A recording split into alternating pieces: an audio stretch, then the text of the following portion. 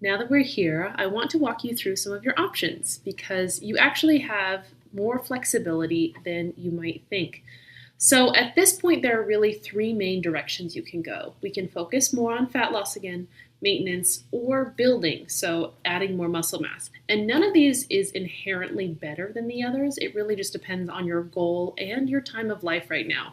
So, if you have been making consistent changes, even if life has been a little chaotic or the scale hasn't moved much, you're still making progress. So, in many cases, what you're experiencing is still body recomposition, and a lot of you already are in that process. Now, during this program, everyone's experience is going to look a little different. Some of you are in a season where you can go all in, and you may see some more noticeable weight loss while also building strength.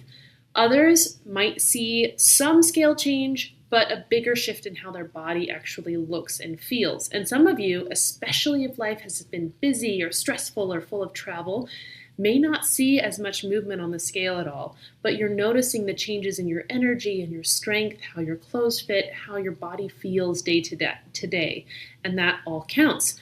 Because what you're really building here, as you've heard a million times, is the ability to stay consistent through real life. You're learning about your habits and your patterns and your mindset and how to keep showing up even when things aren't perfect.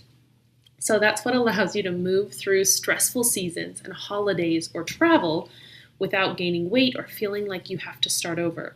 And that's a really big deal. So maintaining your weight during a challenging season is progress.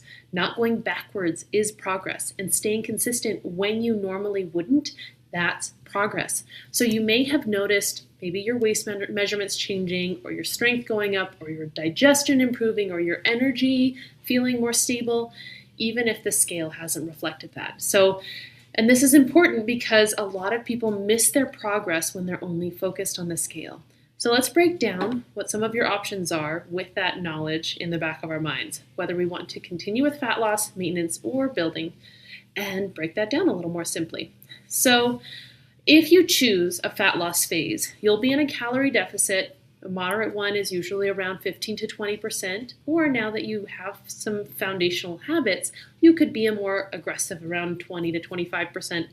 But this is really what leads to actual weight loss. And if you feel like you want to refocus on this based on how your experience in the first months have been, it could be a good chance. You could go into a deficit without having to do as much extra work to learn new habits or feel like you're juggling a lot of new information. This can also be helpful if you did not see as much scale change as you expected, which can mean a couple of things. Maybe you were eating more at maintenance and we need to adjust your calorie ranges because maintenance was actually a little lower than we thought. Or you had more interruptions like weekends or vacations that slowed things down and you weren't hitting the average ranges over those weeks or months. But if you have been in a deficit already for that 10 to 12 weeks and you notice things like maybe more hunger or lower energy or reduced performance over time, it might be an indicator that it's time to take a break and focus more on maintenance. So if you choose to move into a maintenance phase, this is a fantastic phase. You'll be eating at about your body's needs. We will recalculate your maintenance needs and see if they have changed much. But your weight should stay relatively stable. But this is really where your consistency improves, your habits solidify, and where a lot of people really start to feel normal again. Plus, you can really see what shifts you need to make for this new normal to stick. It doesn't mean that we are, off the program. It's really about what are the changes that I've made that I want to take into the future long term.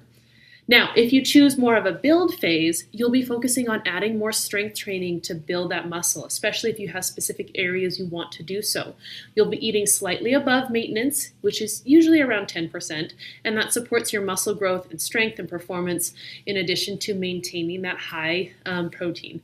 So this can be a really great option if you are enjoying your training and you want to feel stronger and more capable, or you have areas that you want to focus on adding more muscle. So as you think about your next step, I don't want you asking, what's the fastest option? I want you asking, what's the most realistic option for me to follow consistently right now? Because that's the one that actually works.